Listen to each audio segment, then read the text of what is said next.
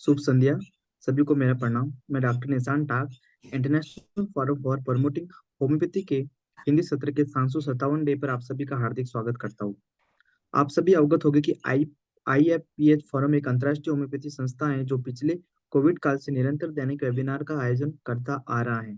प्रारंभ में अंग्रेजी और मलयालम भाषा में किया जाता रहा, तत्पश्चात राष्ट्रीय भाषा हिंदी में भी आयोजन किया जाने लगा। इस प्रकार के कार्यक्रम का मुख्य उद्देश्य होम्योपैथी के विशिष्ट पहचान के तहत सभी इच्छुक लोगों के साथ होम्योपैथी ज्ञान का साझा करना और सभी की विजयी सद्भावनाओं को प्रोत्साहित करना। आइए आज के इस बैठक को प्रारंभ करने से पहले हम 1 मिनट का मौन रखें और ईश्वर से मार्गदर्शन प्राप्त करें। धन्यवाद। मैं आप सभी का पुनः स्वागत करता हूँ। मैं आज की इस बैठक में मुख्य अतिथि डॉक्टर मानसी मंगेश मैम का हार्दिक स्वागत करता हूँ। आज का जो हमारा टॉपिक है, physiology action of homeopathy medicine. तो मैं मैम से आग्रह करना चाहूंगा कि आप अपना व्याख्यान प्रारंभ करें। Good evening everybody. Good evening सानी सर। सबसे पहले मैं मास्टर हनुमान को वंदन करना चाहूँगी और आप सभी जो उपस्थित लोग हैं इस वेबिनार में, आपको भी मेरा नमन। आज का जो टॉपिक है मेरा वो है physiological action of homeopathic drugs और होम्योपैथिक रेमेडीज।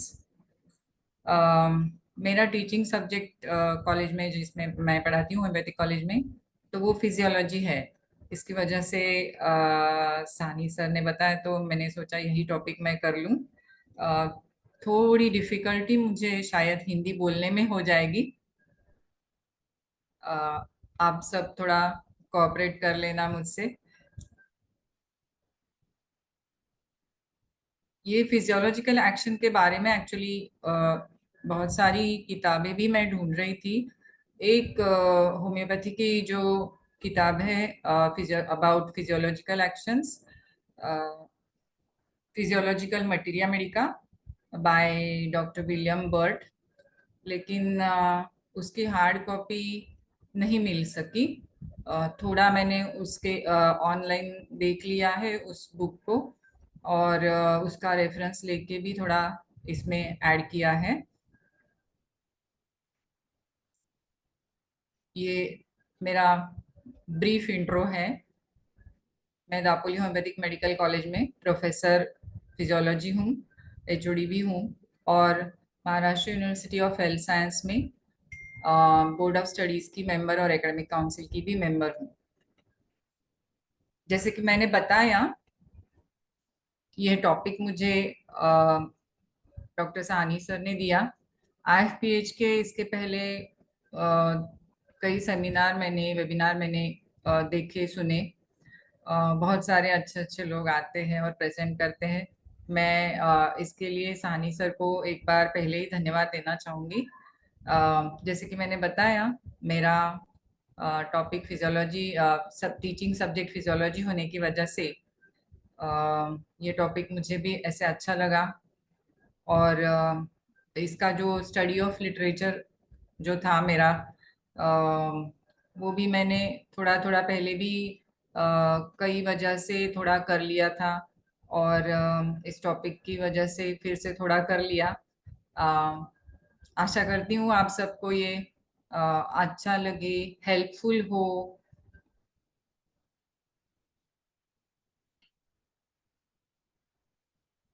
तो शुरुआत तो मैं फिजियोलॉजी से ही करना चाहूँगी, जो कि मेरा टीचिंग सब्जेक्ट है, और कैसे फिजियोलॉजी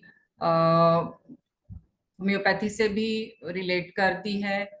और हम जो फिजियोलॉजी में पढ़ते हैं उसके हिसाब से, जो बॉडी का फंक्शनिंग पढ़ते हैं उसके हिसाब से फिर जैसे रेमेडीज का एक्शन वो बॉडी के फंक्शंस पे हो जाता है, वो हम जान सकेंगे। तो यह तो मैंने ऐसे ही एकदम बेसिक इंफॉर्मेशन यहाँ पे ऐड किया है स्लाइड्स में कि फिजियोलॉजी तो ओरिजिनली फिजियोलॉजिकॉस, ये ग्रीक वर्ड है, यहाँ से शुरू हुआ। तो इसका मतलब है discourse on natural knowledge. Physiology deals with normal functioning of body. हम सब लोग जानते हैं कि नॉर्मल फंक्शनिंग हमारे बॉडी की कैसे चलती है। बॉडी की सभी क्रियाएं, चलन वलन, जो भी प्रणालियां काम करती है बॉडी में, तो वो कैसे काम करती है, कैसे रेगुलेट होती है, यह हम इसमें सीखते हैं। तो एक ये बड़ा अच्छा एक्सप्लेनेशन उसमें हमको मिलता है कि ऐसे क्या फिजिकल यानी बॉडीली या शारीर के फैक्टर्स होते हैं या केमिकल फैक्टर्स होते हैं जो कि हमारी पूरी लाइफ में ओरिजिन, जहाँ से हमारी लाइफ स्टार्ट होती है, शुरू होती है, ओरिजिन के लिए जिम्मेदार है। उसके बाद में हर हर पल होने वाली डेवलपमेंट या विकास या गतिविधियों में जिम्मेदार है। और प्रोग्रेशन जो भी लाइफ का हमारे होते जाता है कि एक सिंगल सेल से एम्ब्रियो, और उसके बाद में पूरी बॉडी बनती है, इन्फेंट लाइफ होती है, चाइल्ड लाइफ होती है, फिर एडल्ट लाइफ होती है, और फिर बुढ़ापा भी होता है। तो ये हर एक स्टेज में क्या क्या फिजिकल और केमिकल फैक्टर्स होते हैं जो काम करते हैं या बदलते जाते हैं। बचपन में थोड़ा अलग रहता है मेटाबॉलिज्म, यंग लाइफ में अलग रहता है, ओल्ड एज में अलग रहता है। तो फिजियोलॉजी का गोल ही यह है कि वो एक्सप्लेन करता है कि ये सब फिजिकल और केमिकल फैक्टर्स जो भी इसके लिए रिस्पॉन्सिबल है।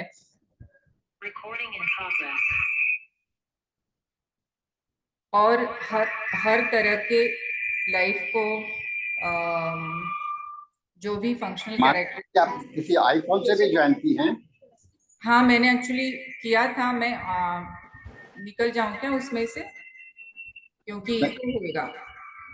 हाँ नहीं, आप उसको वॉइस को म्यूट करके ज्वाइन कर सकती हैं उससे। अगर उससे फोटो आज ठीक है, आप छोड़ दीजिए, ऐसे ही आप बिना फोटो के नहीं, बोलिए। आप नहीं बिना, हो रहा, बिना फोटो के ही ठीक है सर। हाँ चलेगा चलेगा। हाँ, तो फिजियोलॉजी तो सबकी होगी, लेकिन हम अगर ह्यूमन में देख रहे हैं होम्योपैथी का, तो हम ह्यूमन फिजियोलॉजी ही कंसिडर करेंगे। तो जैसे कि अभी हमने देखा कि जो भी ह्यूमन बॉडी का जो भी मैकेनिज्म है, चलन वलन है, उसके लिए जो भी कैरेक्टरिस्टिक है, स्पेसिफिक कैरेक्टरिस्टिक, वो ये बताती है।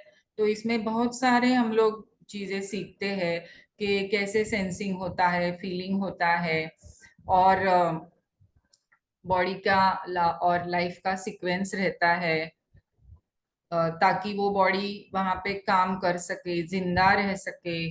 तो इसके लिए जो भी फैक्टर्स रिस्पॉन्सिबल है वो हम इसमें पढ़ते हैं।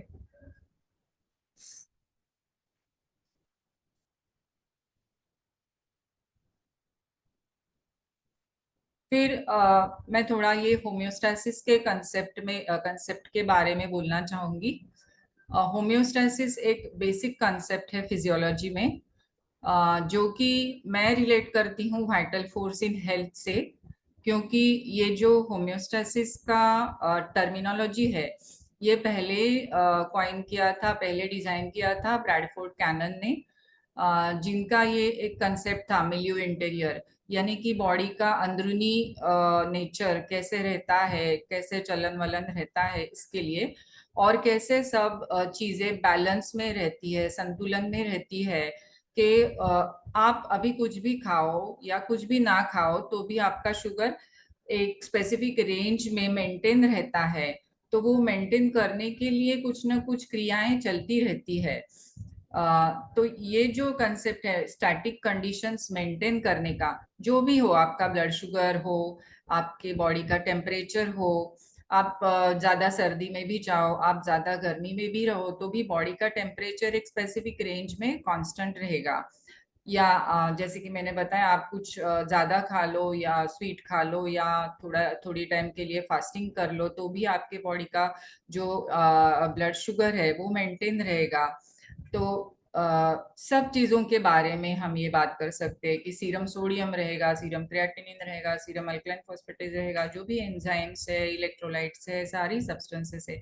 तो इनका एक स्टैटिक या कांस्टेंट कंडीशन जिसे हम बोलते हैं इंटरनल एनवायरनमेंट में, तो वो सारी चीजें होम्योस्टेसिस में होती है।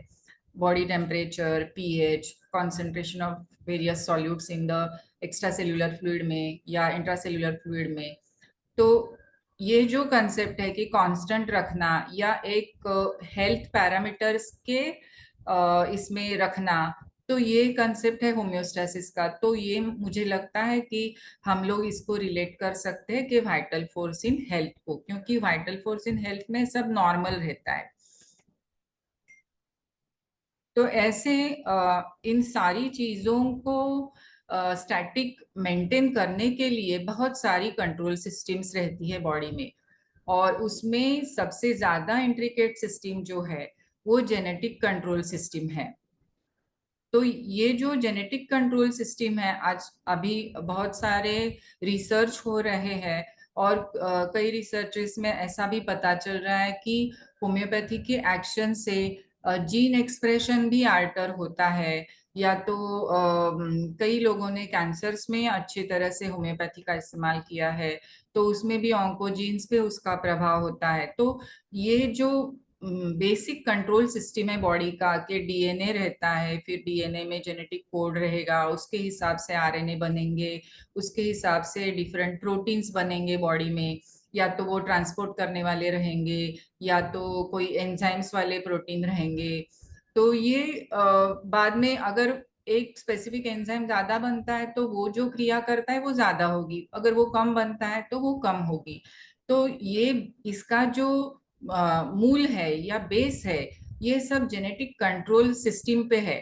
तो हाँ, ये बहुत बड़ा और बेसिक कंट्रोल सिस्टम है बॉडी का। और उसके बाद में उसके उस पे निर्भर एक तो निगेटिव फीडबैक जिसको बोलते हैं, और या तो पॉजिटिव फीडबैक। यानी कि अगर निगेटिव फीडबैक यानी कि एक तरह से काम चलता रहेगा, अगर ज्यादा होता है तो उसको कम करना, और पॉजिटिव फीडबैक में हर एक स्टेज पे थोड़ा ज्यादा ज्यादा ज्यादा रिस्पॉन्स आते रहना।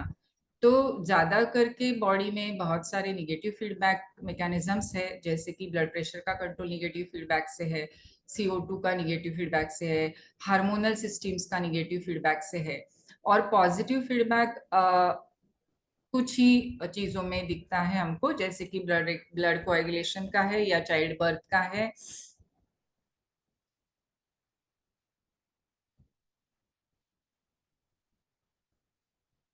This is homeostasis and concept of vital force. जैसे कि मैंने बताया कि होम्योस्टेसिस का जो कंसेप्ट है कि सब स्टैटिक मेंटेन करना, वो मुझे लगता है कि हम लोग रिलेट कर सकते हैं वाइटल फोर्स के कंसेप्ट से।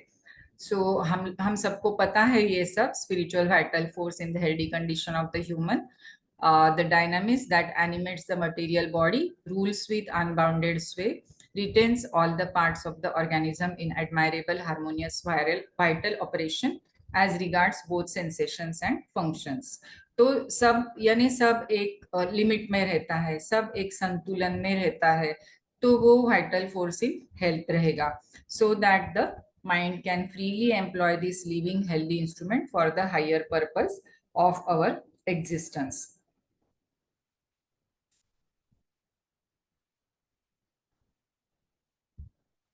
तो हमको तो पता है वाइटल फोर्स ये स्पिरिचुअल इन नेचर है, और सब नियंत्रित है। चेतना और जो भी कार्य है बॉडी में, वो सब ये नियंत्रित करने वाली चीज है। तो ये जो होम्योस्टेसिस का फिजियोलॉजी का भी बेसिक कंसेप्ट है कि सब चीजों को संतुलन में रखना, नियंत्रित रखना, वो हम इसके साथ जोड़ सकते हैं।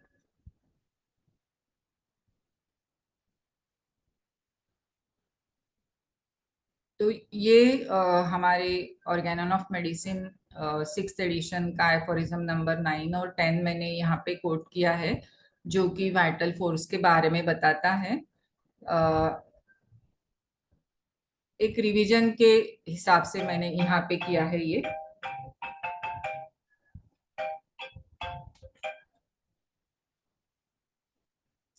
हम सबको पता ही है, तो मैं ये पढ़ूंगी भी नहीं ज्यादा। लेकिन जो मैं बात कर रही थी कि vital force in health, so in the healthy condition of the man the spiritual dynamic force और autocracy the dynamics that animates the material body rules with unbounded sway retains all the parts of the organism in admirable harmonious vital operation।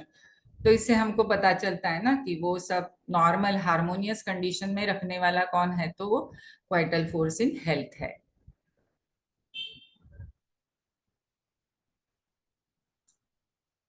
अभी हम physiological action के बारे में अभी शुरुआत करते हैं। सो हम लोग को तो पता है फिजियोलॉजिकल एक्शन जो भी है, कोई भी कोई भी पदार्थ, अभी हम तो ड्रग या रेमेडी की एक्शन सोच रहे हैं इधर, तो वो जो एक्शन है वो क्या बताती है कि बॉडी की फिजियोलॉजी में उस चीज से क्या बदलाव आता है। तो शरीर की विभिन्न जो प्रणालियां हैं और हमारी जो ऑर्गन्स की कार्यशीलता है जो कि जीवन की विभिन्न प्रक्रियाओं में चलाने में मदद करती है। जैसे कि हम सबको पता है कि पाचन होता है, श्वसन होता है, डाइजेशन, रेस्पिरेशन, ब्लड सर्कुलेशन, रक्त संचार होता है, मस्तिष्क और तंत्रिका तंत्र सब नर्वस सिस्टम का काम होता है।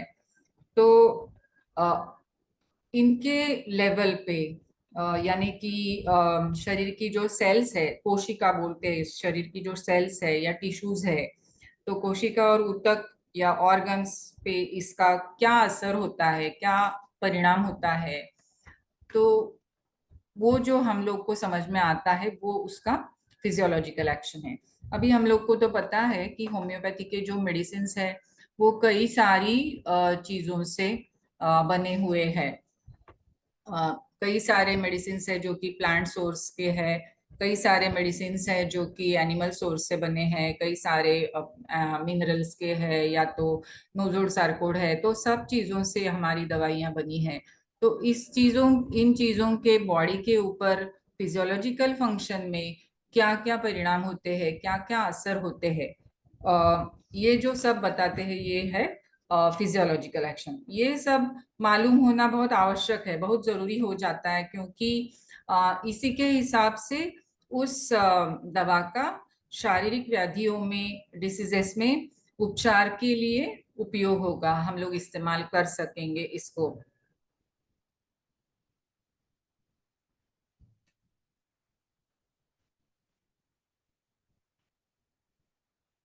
तो इसके लिए मैंने थोड़ा H.A. रॉबर्ट्स का भी फिलोसॉफी का बुक पढ़ा था।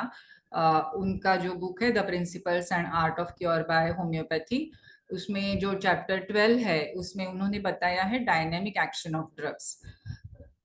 ये चैप्टर का टाइटल ऐसे है, लेकिन उसमें उन्होंने बताया है कि crude drugs have 3 grades of action. तो 3 ग्रेड है, एक मैकेनिकल है, एक केमिकल है, एक डायनेमिक है। तो डायनेमिक तो हम हमेशा यूज करते हैं, ये वर्ड भी यूज करते हैं, और यानी कि ऊर्जावान, एनर्जी वाला या ऐसे वाइटल फोर्स के इसमें भी हम लोग ये यूज करते हैं। तो वो एक्शन तो है ही, डायनेमिक एक्शन तो है ही, लेकिन इसी के साथ में क्रूड ड्रग्स का मैकेनिकल एक्शन भी है, जो कि उस शरीर पे होगा, वो मैकेनिकल पार्ट्स पे होगा, या वो पार्ट्स का कुछ फंक्शनिंग में बदलाव आना, या केमिकल एक्शन भी होगा कि वहाँ के जो केमिकल्स है उन उन या के न्यूरोट्रांसमीटर्स रहेंगे या के एंजाइम्स रहेंगे, तो उन पे भी असर होगा। तो वो मैकेनिकल और केमिकल असर भी उन्होंने बताया है, ऐसे नहीं बताया। जब चैप्टर का टॉपिक, चैप्टर का जो नाम है टॉपिक का, वो डायनामिक एक्शन ऑफ ड्रग्स है, लेकिन उसमें उन्होंने मैकेनिकल और केमिकल के बारे में भी बताया हुआ है। तो ये जो क्रूड ड्रग है या मूल रूप का ड्रग हम लोग बोल सकते हैं, या अपरिष्कृत या प्राकृतिक यानी नेचुरल फॉर्म में जो भी है, जैसे मैंने बताया हम लोग वो वेजिटेबल से बनाते हैं, पौधों से, एनिमल से, जानवरों से, या मिनरल्स या खनिजों से प्राप्त करते हैं। ऐसी कोई भी औषधि हो, उसका असर ये मैकेनिकल भी हो सकता है, केमिकल भी हो सकता है, डायनेमिक भी हो सकता है, तीनों की तरफ का भी हो सकता है। क्यों डायनेमिक में थोड़ा इम्पोर्टेंस हमारी होम्योपैथी में ये भी है कि हम सब जानते हैं हमारी जो दवाइयां हैं वो पोटेंटाइज्ड दवाइयां हैं। तो हम लोग उसको ऊर्जावान या गतिशील बनाते हैं पोटेंटाइज करके, डाइल्यूशन करके। तो डायनेमिक एक्शन भी उतना ही इम्पोर्टेंट है, लेकिन उसके साथ में मैकेनिकल और केमिकल एक्शन की भी अहमियत है। क्योंकि क्या बदलाव एक्चुअल वो मैकेनिकल उधर पार्ट्स पे आता है, बॉडी के पार्ट्स पे, मे बी सेल लेवल पे आता है या टिश्यूज लेवल पे या ऑर्गन्स लेवल पे, और उसकी वजह से शरीर के विभिन्न कार्यों में क्या क्या बदलाव आते हैं, तो वो भी देखना जरूरी है जब कभी हम ये एक्शन ऑफ ड्रग्स के बारे में सोचते हैं। तो इसीलिए मैंने वो थोड़ा एच ए रॉबर्ट्स का रेफरेंस भी लिया था। फिर फिजियोलॉजिकल एक्शन, फिर ये फिजिकल और केमिकल जो मैकेनिकल और केमिकल जो मैंने बताया वो विभिन्न तरह का हो सकता है। सो इसमें बहुत सारी चीजें आ सकती है, जैसे कि सेल के जो कार्य होते हैं, एक सेल का जो कार्य होता है इंडिविजुअल सेल का, कि उसका अपना कंट्रोल रखना, कोई चीजें अंदर आने देना, बाहर जाने देना, या सेल का जो मेटाबॉलिज्म है उसको चलाना, एनर्जी तैयार करना, या कुछ चीजें बाहर डाल देना, या सिक्रीशन, कुछ चीजों का सिक्रीशन करना, ऐसे जो भी सेल के कार्य है उनको बढ़ावा देना या उनको कम करना या उनकी गति में बदलाव लाना, हम बोल सकते हैं। तो ये फिजियोलॉजिकल एक्शन में आएगा। या तो केमिकल में जैसे मैंने बताया कि हार्मोन्स रहेंगे, न्यूरोट्रांसमीटर्स रहेंगे, तो उनके कार्यों का भी कम ज्यादा करना या उनको नियमित करना या ठीक करना या संतुलित करना, ये भी फिजियोलॉजिकल एक्शन में आएगा। फिर एंजाइम्स भी आएंगे इसमें। जो भी एंजाइम्स है जो कि हमारी बॉडी में चलने वाली सारी केमिकल जो रिएक्शंस रहते हैं उनको उनको ज्यादा या कम कर सकते हैं। एंजाइम्स की वजह से कुछ चीजें ज्यादा हो जाती है या अच्छी तरह से हो जाती है।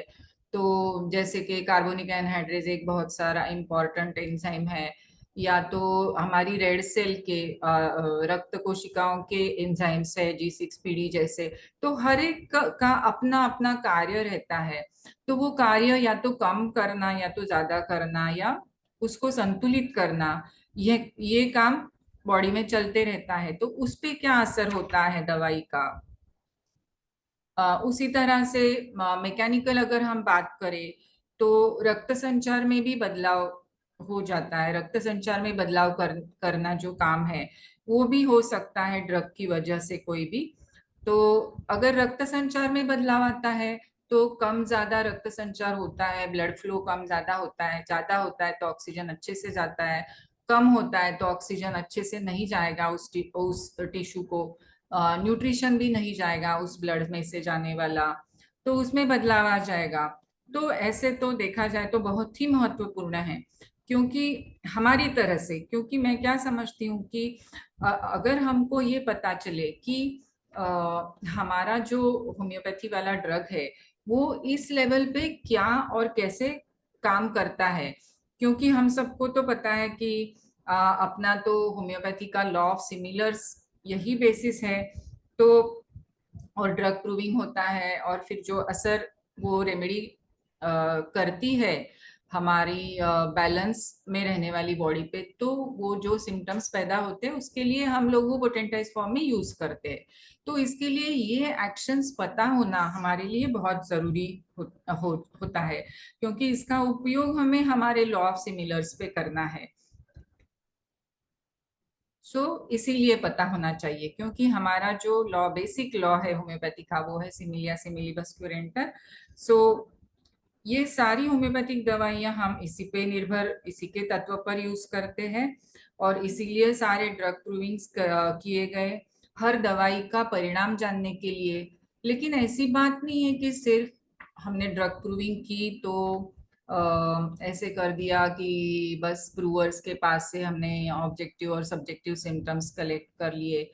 तो हम अभी के हिसाब से अभी जो सिचुएशन है रिसर्च का, अभी जो सिचुएशन है टेक्निकल एडवांसमेंट का, उससे हम लोग ज्यादा और ज्यादा पता कर सकते हैं कि वो दवाई सेल की लेवल पे क्या एक्ट कर रही है, कैसा असर कर रही है ऑर्गन्स, या उससे थोड़ा और जाके सेल सेल के फंक्शन पे कार्य पे कैसा असर करती है, कौन से वाले एंजाइम पे असर कर रही है, ये भी हम जान सकते हैं। सो ये जो सिमिलिया पे हम लोग जो काम करते हैं, क्योंकि जो हमारी दवा जो स्वस्थ व्यक्ति में जिस या जैसी बीमारी के लक्षण पैदा करती है, उसी तरह की बीमारी का इलाज करने के लिए इस्तेमाल की जा सकती है। तो जब ड्रग प्रूविंग होता है तब सिर्फ ये जैसे मैंने बताया कि ऑब्जेक्टिव सब्जेक्टिव सिम्टम्स ले लिए तो वो नहीं होगा, यह सब बारीकियां जानना भी जरूरी है कि क्या इसका फिजिकल एक्शन है, क्या इससे फिजिकल स्थिति में बदलाव आते हैं, इसका क्या केमिकल एक्शन है, केमिकल्स में क्या बदलाव आते हैं, और फिर डायनामिक तो है ही, और टिश्यू एफिनिटीज हर दवाई के अपने पसंदीदा तो नहीं बोल सकते, लेकिन ऐसे टिश्यूज है कि उस पे वो ज्यादा काम करती है, टिश्यू एफिनिटी जिसको हम बोल सकते हैं। तो इसलिए पता चल जाता है कि इस ड्रग का इन टिश्यूज में ज्यादा असर होता है, जैसे कि कोई ग्लैंडुलर टिश्यू पे अफेक्ट करेगा, कोई ब्लड वेसल्स पे अफेक्ट करेगा, कोई हमारी नर्वस सिस्टम पे अफेक्ट करेगा। तो ऐसे टिश्यू एफिनिटीज भी होते हैं। तो ये भी हम लोग को जानना जरूरी है ताकि वो टिश्यू जब अफेक्ट हो जाते हैं तब हम इसका उपयोग कर सकेंगे। तो ये सब जानना हमारे लिए बहुत जरूरी हो जाता है। तो एक्शन ऑफ द ड्रग जो हम बात करते हैं वो हमको डिटेल में पता होना चाहिए ताकि उसका उपयोग भी हम उसी तरह से कर सकेंगे।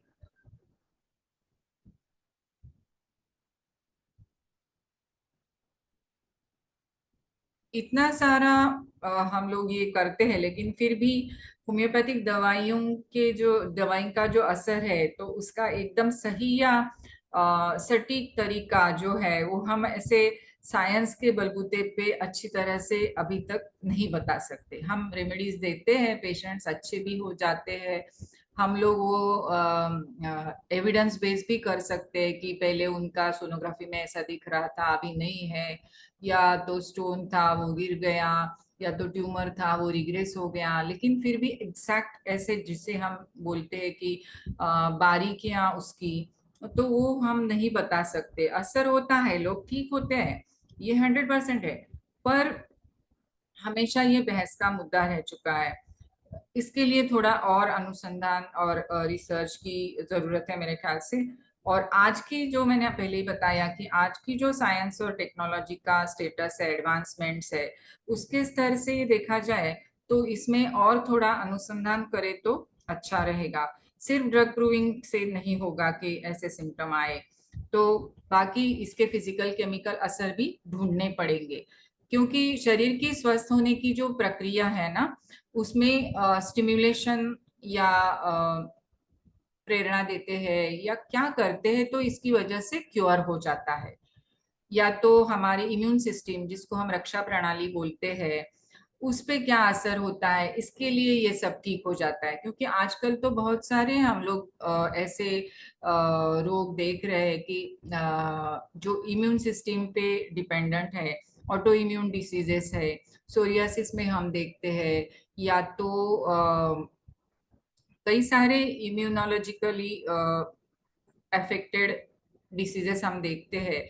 तो या तो हम हमारी दवाएं इस रक्षा प्रणाली को ठीक कर देती है, रूमेटिक हार्ट डिसीज या एसएलई जैसे जो रोग है, तो उसमें हमारी दवाएं शायद वो इम्यून प्रोसेस पे काम करती है, रक्षा प्रणाली पे, तो वो भी फिजियोलॉजिकल एक्शन में आ जाएगा। और ये तो मैंने पहले ही बताया जीन एक्सप्रेशन, क्योंकि जीन तो बेसिक कंट्रोल है हमारी सेल की क्रिया का। तो ये जान के हम क्या करेंगे, तो और थोड़ा प्रोग्रेस करेंगे कि हमारी दवाइयाँ कैसे अफेक्ट करेगी, किन टिश्यूज पे अफेक्ट करेगी, क्या काम करेगी। एक बार हम ये एकदम सेल्यूलर बेस पे केमिकल मैकेनिकल चेंजेस जब देख लेंगे, और इस तरह से उस दवाई का हम ज्यादा से ज्यादा इस्तेमाल कर सकेंगे, नए नए ट्रीटमेंट्स उसके हिसाब से बना सकेंगे। सो बेहतर, ज्यादा से ज्यादा बेहतर उपयोग हम कर सकेंगे, और फिजियोलॉजिकल एक्शन के अनुसार उपचार के नए तरीके भी बना सकेंगे।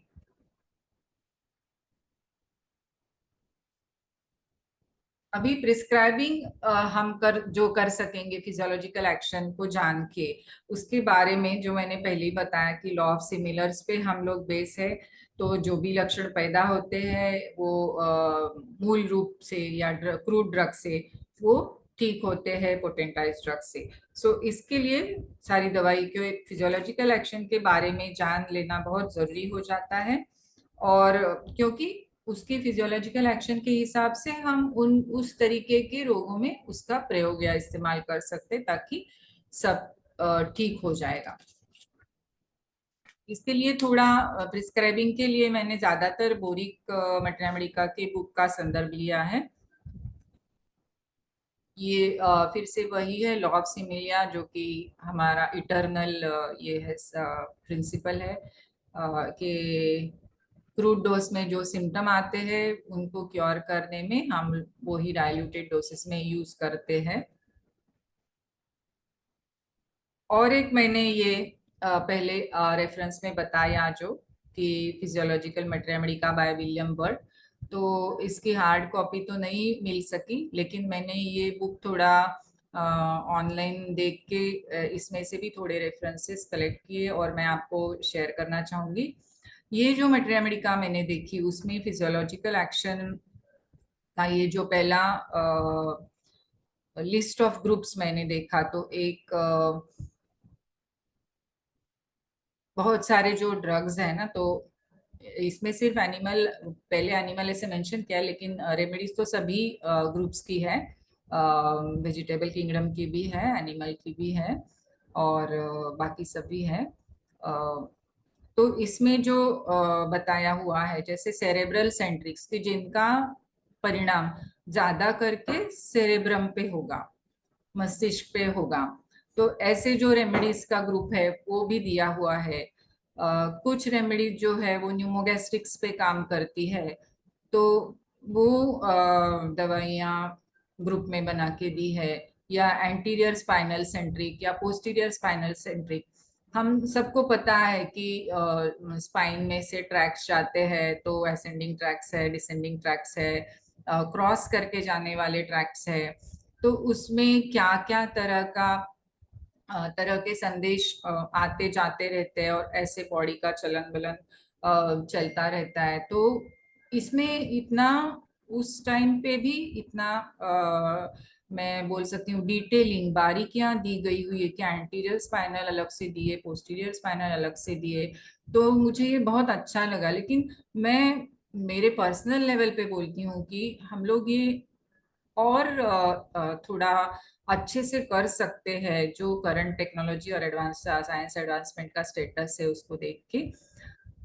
कई सारे ड्रग्स इन्होंने, म्यूकस ग्रुप जो म्यूकस पे एक्शन करने वाले ड्रग है, क्योंकि उसके हिसाब से म्यूकस का सिक्रीशन भी कम करना या ज्यादा करना, उसके हिसाब से भी कई सारे ड्रग्स एक्ट करते हैं। फिर उसकी तरह से कई सारे डिसीजेस में हम लोग उनको यूटिलाइज कर सकते हैं।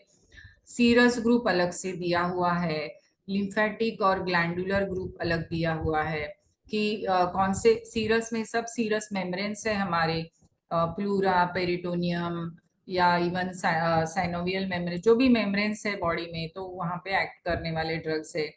तो इसमें हमको दिखाई देंगे जो हम लोग यूज भी कर सकते, लेकिन इतना बारीकी से हमने सोचा नहीं कभी कि ये इतना सारा ग्रुप है कि ये सीरस पे एक्ट करता है, ये इतना सारा ग्रुप है ये म्यूकस पे एक्ट करता है। तो तो उसके हिसाब से अभी हम लोग वो ड्रग का जब लिस्ट देखते हैं तो हमको पता चलता है कि अरे हाँ, सीरस में तो ब्रायनिया भी दिया है, रेस्टॉक्स दिया है, तो ये सब का एक्शन है, सिलिशिया का है।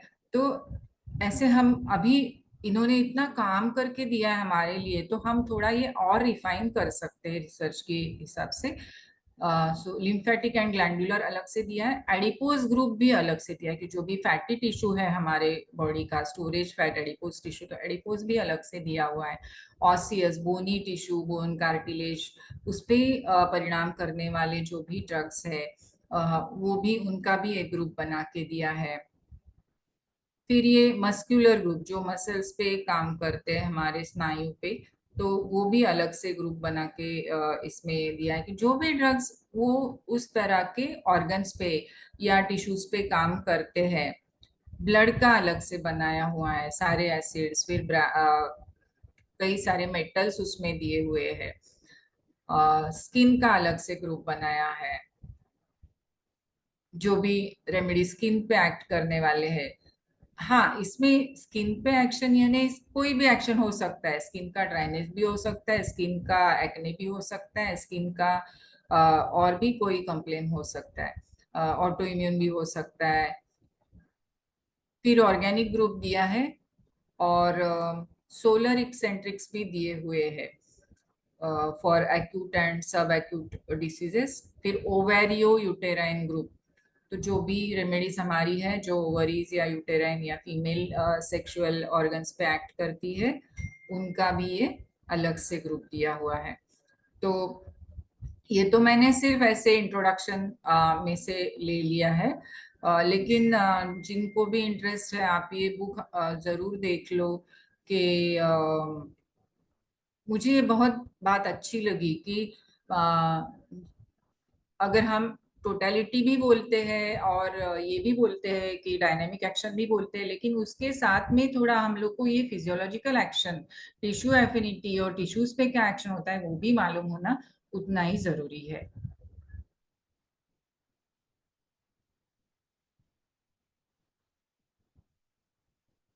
एक अगर हम वो ड्रग का पेज खोले ना, वो मटर अमेरिका में विलियम बर्ट के, तो हमको ये नजर आता है, आप देख सकते हो यहाँ पे ब्रायोनिया का मैंने दिखाया हुआ है कि ब्रायोनिया का एक्शन कैसे होता है, कौन से टिश्यूज पे एफिनिटी होती है, और फिर उसके हिसाब से क्या क्या डिसीजेस वो करेगा।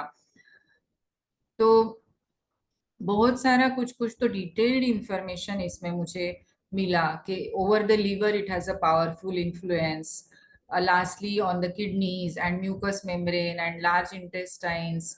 तो क्या क्या ऑर्गन्स अफेक्ट हो सकते हैं, serous tissue, serous effusions, sanguineous exudations, catarrhal affections, rheumatic character. तो इतना सारा डिटेल या बारीकी का स्टडी जो है वो किया है हर एक दवा के बारे में। ये ब्रायनिया का मैंने बताया, एक ऐसे कॉमन रेमेडी, ब्रायनिया तो हम बहुत सारी चीजों में यूज करते हैं और कॉमनली यूज करते हैं, फीवर हो, कफ हो या जॉइंट पेन्स हो, या मेंटल्स पे भी यूज करते हैं ब्रायनिया, ऐसी कोई बात नहीं कि फिजिकल पे ही यूज करते हैं। ये काली आयोड का है, आयोडाइड ऑफ पोटेशियम। सो इसमें भी जो भी मेम्ब्रेन्स अफेक्ट होते हैं, specially affects the mucous membranes, acting more powerfully upon those of the respiratory tract and the kidneys, lymphatic, glandular system। तो इतना सारा टिश्यू एफिनिटीज या टिश्यू पे जो भी एक्शन है, जैसे degeneration of the mucous membrane of the stomach with vomiting, emaciation, diarrhoea. आप ये एक एक पेज ऐसे मैंने सैंपल के हिसाब से दिखाया है, जिनको इंटरेस्ट है आप सच में पढ़ सकते हो कि कितना डिटेल्ड इफेक्ट, फिजियोलॉजिकल इफेक्ट इसमें दिया हुआ है। ये सिलिशिया का दिया हुआ है कि influences the great vegetative nervous system as to produce depressing and disorganizing actions upon the osseous, lymphatic and mucous systems। तो ये जो टिश्यूज है, कौन से टिश्यूज है और वो टिश्यूज पे एग्जैक्टली क्या काम होता है, तो अगर हम ये जान लेते हैं तो इसके हिसाब से वो कौन से डिसीजेस में काम करेगा ये हम अच्छी तरह से बता सकते हैं। तो ये मैंने ऐसे चार्ट बनाया थोड़ा शॉर्ट करने के लिए ये सब कि हम सब ने ऐसे रेमेडीज यूज किए हुए हैं जो भी फिजियोलॉजिकल एक्शन पे डिपेंडेंट है। हमेशा तो हमको सारी चीजें नहीं मिलती पेशेंट्स के हिस्ट्री में, क्लिनिकल प्रैक्टिस में। तो बहुत सारी बार फिजियोलॉजिकल एक्शन पे भी प्रिस्क्रिप्शन देना पड़ता है, दे देते हैं और पेशेंट ठीक भी हो जाते हैं। तो थोड़े मैंने एग्जाम्पल्स इधर लिए हैं कि एक मेडिसिन उसका फिजियोलॉजिकल एक्शन थोड़ा और उसके हिसाब से क्या इंडिकेशंस में वो यूज किया गया है। जैसे एपिस मेलिफिका हम सब जानते हैं, oedema of the skin and mucous membranes. तो एक्चुअली एक्शन इसका जो है वो यूरिनरी सिस्टम पे भी है, किडनीज पे है, यूरिनरी सिस्टम्स पे है, फीमेल सेक्स ऑर्गन्स या ओवरीज पे है। तो हम लोगों ने ये यूज किया हुआ है एडिमा के हिसाब से। एडिमा क्यों होता है? क्योंकि वो टिश्यूज में ज्यादा एक्स्ट्रा सेल्यूलर फ्लूइड कलेक्ट होता है, तो एडिमा में यूज किया हुआ है, अनासरका में यूज किया हुआ है। लेकिन इसमें फिर भी थोड़ा डिस्टिंग्विशिंग फीचर्स हम यूज कर ही सकते हैं, क्योंकि ये तो अकेली रेमेडी नहीं है जिसकी फिजियोलॉजिकल एक्शन एडिमा कॉज करना है, कहीं और भी होंगे। तो थोड़ा उसका जनरलिटीज हिसाब में लेके पेशेंट का हम लोग डिफरेंशिएट करके रेमेडी देंगे। तो ऐसा नहीं कि कोई भी एडिमा एनासर का हो तो एपीसी दे दिया। ये तो मैंने ऐसे थोड़ा एग्जाम्पल दे के इधर बताया हुआ है। और इसके बारे में हमारे क्लिनिक की में दो 5-6 केसेस भी मैं आपको बताऊंगी कि कभी मैंने कैसे फिजियोलॉजिकल एक्शन के ऊपर प्रिस्क्रिप्शन भी बनाया हुआ और पेशेंट अच्छा भी हो गया। तो बेलाडोना दूसरा, बेलाडोना तो सब जानते हैं, वाजोडाइलेटेशन, कंजेशन, हाई फीवर, तो उसकी वजह से पेशेंट को थ्रॉबिंग पेन्स होते हैं। तो हम लोग हाई फीवर में यूज कर सकते हैं। अर्ली इन्फ्लेमेशंस जिसमें ज्यादा करके वाजोडाइलेटेशन, रेडनेस होगा, तो अर्ली इन्फ्लेमेशंस में यूज कर सकते, किसी भी ऑर्गन का हो, और साथ में थ्रॉबिंग पेन्स हो। इसके साथ में हम थर्स्ट या ऐसा कोई जनरल कैरेक्टर लेके उसको ज्यादा रिफाइन कर सकते हैं, हमारा चॉइस ऑफ द रेमेडी। फिर ब्रायनिया, ब्रायनिया अभी तो हमने पढ़ ही लिया था ब्रायनिया विलियमबर्ट के इसमें कि action on the mucous serous membranes.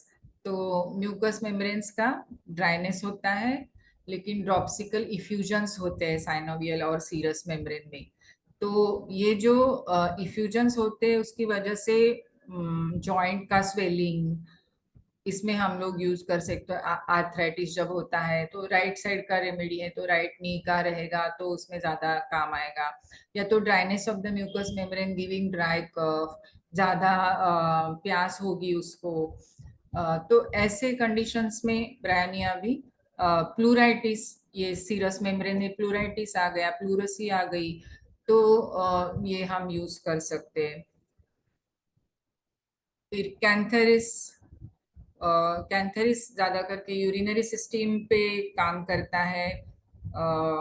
So acute urinary infections which are having, जिनमें ये बर्निंग मिक्चुरेशन का कंप्लेन रहेगा, यूरिन पास करते टाइम जलन होती है। और कैंथरिस के जो स्किन के जो इरप्शन है ना, वो वेसिक्यूलर टाइप पे है, ऐसे पानी भरे हुए छोटे छोटे। तो वो जैसे बर्न्स में होता है, जब जलता है स्किन, तो बर्न्स एंड स्कार्स में जैसे होता है कि पानी भरे हुए वेसिकल्स के इरप्शन जैसे आ जाते हैं, तो उसमें भी हम कैंथेरिस का यूज कर सकते हैं। और मैंने तो कई बार कैंथेरिस बर्निंग मिक्चुरेशन में यूज किया हुआ है और मुझे अच्छा रिजल्ट मिला हुआ है। इसके साथ में अगर मैंने जैसे पहले ही बात की कि फिजियोलॉजिकल एक्शन पे हम प्रिस्क्रिप्शन करते हैं, लेकिन डिस्टिंग्विशिंग करने के लिए कि यही रेमेडी है, तो उसके लिए हम साथ में थोड़ा कुछ जनरल या मेंटल या ऐसे लेके भी उसको डिस्टिंग्विश कर सकते हैं। और जो भी ऑक्सिलरी ट्रीटमेंट हम बोलते हैं कि जैसे कि अगर बर्निंग मिक्चुरेशन हो रहा है तो पानी भी ज्यादा पीने को बोलना चाहिए। अगर पेशेंट पानी ही कम पी रहा है तो थोड़ा बर्निंग मिक्चुरेशन हो ही जाएगा। तो थोड़ा यूरिन डाइल्यूट करने के लिए उसको पानी भी ज्यादा पीना है। तो ये बातें तो है ही, लेकिन ये सिर्फ फिजियोलॉजिकल एक्शन का मैं बाकी का सब बोल रही हूँ। कॉस्टिकम कॉजिंग लोकल पैरालिसिस की सिंगल मसल पैरालिसिस या लोकल पैरालिसिस, वोकल कॉर्ड्स जो हमारा स्वर यंत्र है, लैरिंग्स, वोकल कॉर्ड्स का पैरालिसिस होता है। तो ज्यादा करके उसकी वजह से बोलने में तकलीफ, होर्सनेस या एफोनिया, एकदम से आवाज ही नहीं आना, क्योंकि वो पैरालिसिस हो जाता है वोकल कॉर्ड्स को। तो ऐसे कंडीशंस में हम इसको यूज कर सकते हैं। कोनामिक रेमेडी है जो कि ग्लैंडुलर रेमेडी है। तो इसमें एनगॉर्जमेंट और एंड्यूरेशन ऑफ ग्लैंडुलर सिस्टम। तो जो भी ग्लैंड्स है हमारी बॉडी के जो सिक्रीट करते हैं, तो एंडोक्राइन में से थायराइड भी उसमें आएगा, या तो मैमरी ग्लैंड भी उसमें आ जाएगा। तो scrofulous and cancerous conditions of the glands, इस ये उस पे एक्शन आता है कोनियम का। तो इसके लिए उसका जो यूज हम करेंगे डिसीजेस में, वो ग्लैंडुलर एनलार्जमेंट्स में ही करेंगे, कई सारे कैंसर्स में, क्योंकि वो हार्ड होता है ना, स्टोनी हार्ड ट्यूमर होता है कोनियम का। तो कई सारे कैंसर्स में भी लोगों ने यूज किया हुआ है कोनियम। क्यूप्रम में causing cramps and spasms of muscles. तो जहाँ पे भी क्रैम्प्स होते हैं, स्पैजम्स होते हैं, कन्वर्जन्स होते हैं, स्पैजमोडिक पेन्स होते हैं, वहाँ पे यूज कर सकते हैं क्यूप्रमेट। और कॉन्स्टिपेशन में भी यूज कर सकते हैं, क्योंकि वो मसल्स का इनएक्टिव होना होता है। फेरम फॉस हैविंग, उसका जो फिजियोलॉजिकल इफेक्ट्स है वो जो बुखार आता है तो फर्स्ट स्टेज, जो भी फेब्राइल डिस्टर्बेंसेस के फर्स्ट स्टेज होते हैं शुरू शुरू के, और इन्फ्लेमेशन जहाँ पे भी रेडनेस होगा, लेकिन बाद में का जो एक्सुडेशन होता है उसके पहले का जो स्टेज है उसमें यूज कर सकते हैं। और ब्राइट रेड हेमरेजेस, जो ब्लीडिंग होती है उसके लिए यूज कर सकते हैं। तो फेरम फास्ट तो फीवर्स में यूज कर सकते हैं, क्योंकि फिजियोलॉजिकल एक्शन ही वैसा है कि first stage of febrile disturbances. फिर पहले पहले शुरू हुए हुए इन्फ्लेमेशन में यूज कर सकते हैं, हेमरेजेस में यूज कर सकते हैं। इपिकैक एक ड्रग है जो एक्शन करता है न्यूमोगैस्ट्रिक नर्व पे। तो न्यूमोगैस्ट्रिक नर्व जो वॉमिटिंग होती है उसमें हम लोग यूज कर सकते हैं। परसिस्टेंट नॉशिया या वॉमिटिंग मेल फीमेल में भी यूज कर सकते, और प्रेगनेंसी में भी यूज कर सकते। प्रेगनेंसी वाला जो नौशिया वॉमिटिंग रहता है, हाइपरेमेसिस, उसमें भी यूज कर सकते।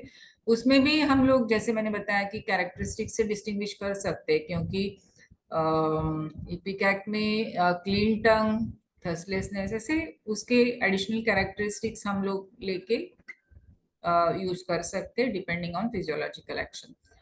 ये रोबिनिया एक रेमेडी है जिसका एक फिजियोलॉजिकल एक्शन बताया है कि हाइपर क्लोरहाइड्रिया।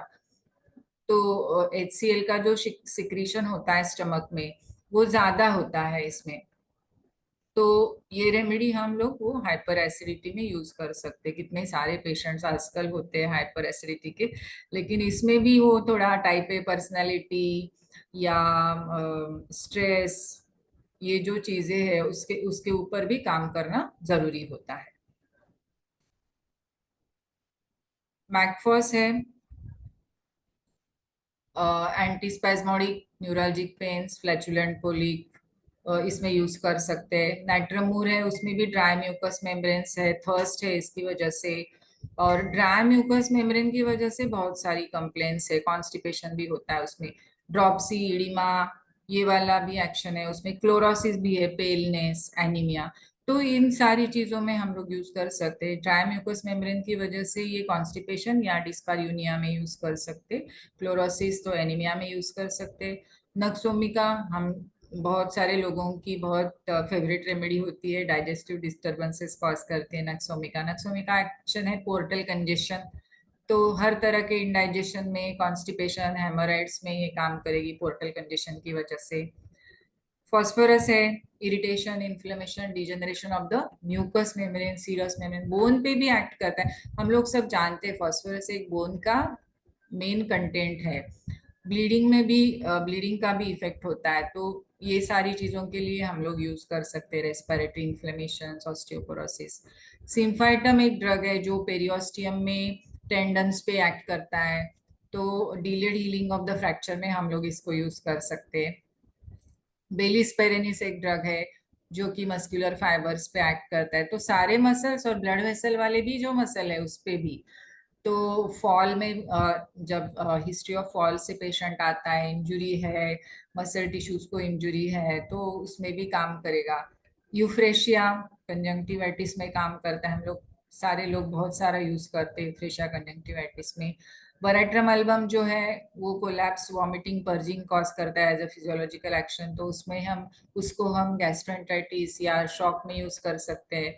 अभी समर में भी गैस्ट्रो के केसेस होते हैं।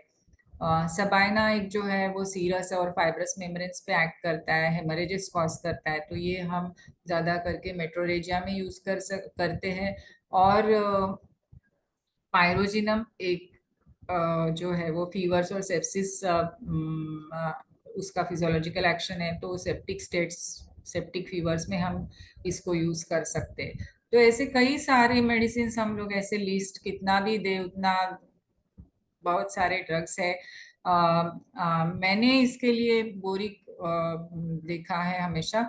बोरिक के बुक का जो पहला पैराग्राफ रहता है हमेशा ड्रग का, तो उसमें वो एफेक्शंस दिए हुए हैं। तो कोई भी ड्रग अगर आपको देखना है तो जैसे कि अभी डायोस्कोरिया है, तो डायोस्कोरिया में बताया है पहले ही लाइन में है कि many kinds of pain specially colic, severe painful affection of abdominal and pelvic viscera. तो ये जो बेसिक फिजियोलॉजिकल एक्शन है उसका उससे पता चल जाता है। तो हम लोग ये कब कर रहे हैं प्रिस्क्रिप्शन?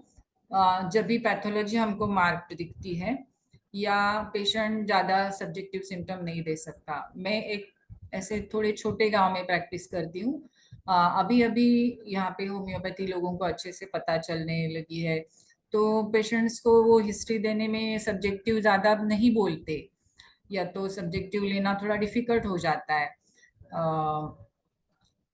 तो उसमें काम आता है फिजियोलॉजिकल एक्शन। तो ज्यादा मेंटल सिम्टम नहीं दे पाते क्योंकि ऑर्गन का ही सिम्टम्स बोलते हैं, तो फिजिकल सिम्टम रहते हैं वो भी फ्यू रहते हैं, कम रहते हैं, उसका उसमें भी हम लोग को ज्यादा एकदम ऐसे स्पेसिफिक कैरेक्टरिस्टिक नजर नहीं आता है, या टोटलिटी एकदम पूरी से लेना डिफिकल्ट हो जाता है, या रेपर्टाइजेशन करने के लिए इतना सारा नहीं मिलता एनालिसिस इवैल्यूएशन के बाद, या तो एक्यूट प्रिस्क्रिप्शन करना होता है, तो टाइम भी नहीं रहता। तो हम लोग को अगर उसका फिजियोलॉजिकल एक ड्रग का एक्शन मालूम हो तो उसके हिसाब से हम वो केस को प्रिस्क्राइब कर सकते हैं। फिर भी लिमिटेशन है, जैसे मैंने बताया पहले कि क्रॉनिक केस में काम करेगा नहीं करेगा, क्योंकि क्या होता है कि क्रॉनिक केस में क्रॉनिक स्टेट तक जाने तक और वो उतना सारा होने तक पेशेंट में बहुत सारे बदलाव होते हैं, मेंटल स्टेट पे होते हैं, फिजिकल स्टेट पे होते हैं, डायनेमिक स्टेट पे होते हैं, तो उसमें शायद वो नहीं काम करेगा। और जैसे मैंने बताया साइमल्टेनियसली इसके साथ ही में हमको पेशेंट का थोड़ा कॉन्स्टिट्यूशन, टेम्परामेंट लेना, माइजन कुछ बेस है क्या वो देखना, वो भी जरूरी है। और जनरलिटीज कंसिडर करना, थर्स्ट पे डिफरेंशिएट करना, ऐसे भी हम करना जरूरी है। ये एक मेरे यहाँ का केस था। ये मेरा ही स्टूडेंट था, उसको फीवर था, वो क्लिनिक में आया, एकदम सा फीवर था और पूरा थका हुआ था। मैंने बोला कुछ लिया लिया क्यों नहीं, तो बोला लिया लेकिन वो फीवर नहीं जा रहा। फिर ऐसे ही बात है कि फिर उसका गला देखा तो अंदर थ्रोट में बहुत रेडनेस दिखा था और इंटेंस हीट थी, थर्स्ट बिल्कुल भी नहीं, टेम्परेचर 101 था। तो बातों बातों में ऐसे ही बेलाडोना दे दिया था, एक्चुअली सिंगल डोज। लेकिन वो जो बेलाडोना का एक्शन है, फिजियोलॉजिकल एक्शन है, first stage of inflammation, intense redness, तो उसकी वजह से उसका ठीक हो गया। A lady with right knee joint pain, swelling, aggravated by motion, ये तो एकदम क्लियर ब्रायनिया के जैसा ही जा रहा था, तो उनका भी ब्रायनिया से अच्छा हो गया। जैसे हमने डिस्कस किया ड्राइनेस ऑफ म्यूकस मेम्ब्रेन और साइनोवियल में डिफ्यूजन। ये हमारी बहुत पुरानी पेशेंट थी, क्लासिकल सिंगर। तो उनको होर्सनेस हो जाती थी, तो कभी कभी उनको हमने आर्जेंटम मेट भी दिया हुआ है।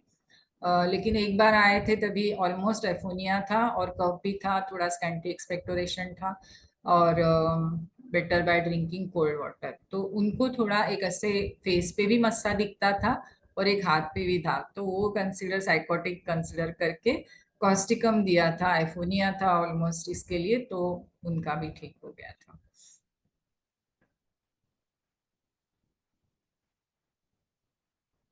ये मैमे टेंडरनेस इन मैमे, पीएमएस के जैसा, मेंसेस के बिफोर और अलोंग विद डिस्मेनोरिया भी था। इनको कोनाइम दिया था क्योंकि बाकी कुछ ज्यादा सिम्टम्स नहीं बोले थे। ये केस था lady aged 43 with dyspareunia and dryness of vagina with thirst. The lady was anemic also, and while telling the complaints she was weeping also. तो उनको हमने नाइट्रमूव दिया था। ड्राइनेस ऑफ म्यूकस मेम्ब्रेन्स और थर्स्ट और एनीमिया, जो था एनीमिया के लिए साइमल्टेनियसली हिमैटिनिक भी दिया था। लेडी एजेड 34, उनका स्पाइसी फूड का क्रेविंग था और हिमोराइड्स थे। Unsatisfactory motion with frequent urging, उनको नक्सोमिका दिया था। तो एकदम क्लियर कट फिजियोलॉजिकल एक्शन जहाँ पे दिखा है उधर ही ऐसे प्रिस्क्रिप्शंस किए थे एक्यूट केसेस में ज्यादा करके। मैन एजेड 47, ये जो मैंने बताया अभी हाइपरक्लोरहेटिया, तो उनको हमने रोबिनिया दिया था। ये बेलिस पेरेनिस जो कि हिस्ट्री ऑफ फॉल या डीपर टिश्यू इंजुरी या एब्डोमिनल सर्जरी के बाद अंदर पेन रहता है, तो उनमें बेलिस पेरेनिस दिया था। ये लो बैकेक के लिए दिया था colocynth, better by pressure aggravated by touch. ये बैक से निकल के नर्वस सिस्टम पे भी एक्शन है कोलोसिन का, तो रेडिएट हो रहा था पेन, न्यूरल्जिक पेन था radiating to left leg, cramps थे, ट्विचिंग्स थे, तो उनको कोलोसिन से आराम आ गया था। और ये एक हमारे क्लिनिक के नज़दीक ही वाले पेशेंट है। इनका he is a diabetic person and उनको एम्पुटेशन हो गया राइट लेग का, क्योंकि वो डायबिटिक गैंग्रीन हो गया था उनको। तो वो इरिटेट करता था स्टम्प उनको, तो पेन होता था, इरिटेशन होता था। तो पहले तो कभी नहीं आए थे वो, सेलुलाइटिस के लिए भी पहले उन्होंने कई ट्रीटमेंट ली थी बाहर से, लेकिन जब उनको वो इरिटेशन ऑफ द स्टम्प होने लगा तो आए थे। तो उनको सिम्फाइटम से ठीक लगा था। सिम्फाइटम का एक्शन है बोनी टिश्यूज पे भी। तो इस तरह से बहुत सारी केसेस में रिलीफ तो आएगा पेशेंट को। और कई बार ऐसे भी होता है वक्त नहीं रहता उतना कि हम लोग डिटेल हिस्ट्री ले और सब करें। तो कई बार एकदम विजिबल फिजियोलॉजिकल एक्शन भी होता है, तो कई बार पेशेंट को अच्छा रिलीफ आ जाता है। ये लिस्ट है मैंने जो रेफरेंस की, मैंने पहले ही बताया आपको, organon of medicine 6th edition, H A Roberts का principles and art of cure, physiological materia medica का विलियम बर्ट, ये की बुक है। फिजियोलॉजिकल मैट्रिमोनी का by William Burt is a key book for this, and as well as Boericke's new manual of homeopathic materia medica का with repertory. तो Boericke का हर एक drug का जो पहला पैराग्राफ है ना, वो मेरा फेवरेट पैराग्राफ है फिजियोलॉजिकल एक्शन के लिए, क्योंकि उसमें सब बताया हुआ है कि एग्जैक्टली कोई भी ड्रग का फिजियोलॉजिकल एक्शन क्या है। तो उसके हिसाब से आप बाद में ऑर्गन्स पे उस रेमेडी का क्या एक्शन होगा वो सोच सकते, कौन से कंडीशंस में हम लोग इसको यूज कर सकते वो प्रेडिक्ट कर सकते हैं। और ऐसे भी बोरिक ने बहुत सारे कंडीशंस भी दिए हैं। और मैं ये भी बीबीसीआर और इसमें भी ग्लैंड्स, बोन्स और स्किन्स का वो जो चैप्टर है ना, उसमें भी कई सारे रेमेडीज ऐसे दिए हुए हैं कि वो टिश्यू एफिनिटीज दिखाते हैं। तो दैट इज ऑल। मुझे थैंक यू आपका मैं टाइम आशा करती हूँ सबको पसंद आया रहेगा, नहीं, कुछ बहुत ना अच्छा आप कुछ हेल्प बताई हैं, होगी। बहुत अच्छा आप बताई हैं। मैं डॉक्टर मानसी जी, एक चीज तो मैं ऐड करूँ, आप पीपीटी को आप रिव्यू कर लीजिए, आप शेयर बंद कर दीजिए। शेयर बंद कर दूं? ओके, हाँ हाँ। आपने साइक्लोपीडिया ऑफ ड्रग पैथोजेनेसिस देखा है, रिचर्ड ह्यूजेज का? हेलो, हाँ sir. Cyclopedia of drug pathogenesis, Richard हाँ ह्यूजेज हाँ। का। उसको भी देखना चाहिए। तो वो 4 वॉल्यूम में है और बहुत डिटेल्स में उसमें दिया है। Okay sir. हाँ, उसमें बहुत डिटेल्स में है। हाँ मैंने हाँ बर्ड का जो आपने नाम लिया, ये तो बहुत ही पॉपुलर है और मेरे पास तो इसके हार्ड कॉपी भी है। मैं हाँ बहुत बहुत प्राइमरी स्टेज से मैं इसको देख रहा हूँ बर्ड का। फिर बोरिक तो जनरल यूज में करते हैं और हम लोग कहते हैं कि टेबल रेफरेंस के लिए हम लोग बोरिक से ही यूज करते हैं। और पैथोलॉजिकल फिजियोलॉजिकल का एक्शंस के लिए वहाँ पर यूज करते हैं। ये बहुत बढ़िया आपने आज प्रेजेंटेशन दिया है।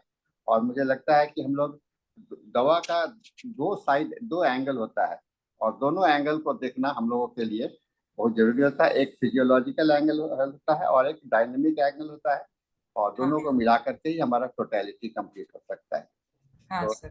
बहुत अच्छा लगा आपका सेशन, बहुत अपने प्रेजेंटेशन बहुत अच्छा दिया है। हम लोग का समय भी अब पूरा हो गया है।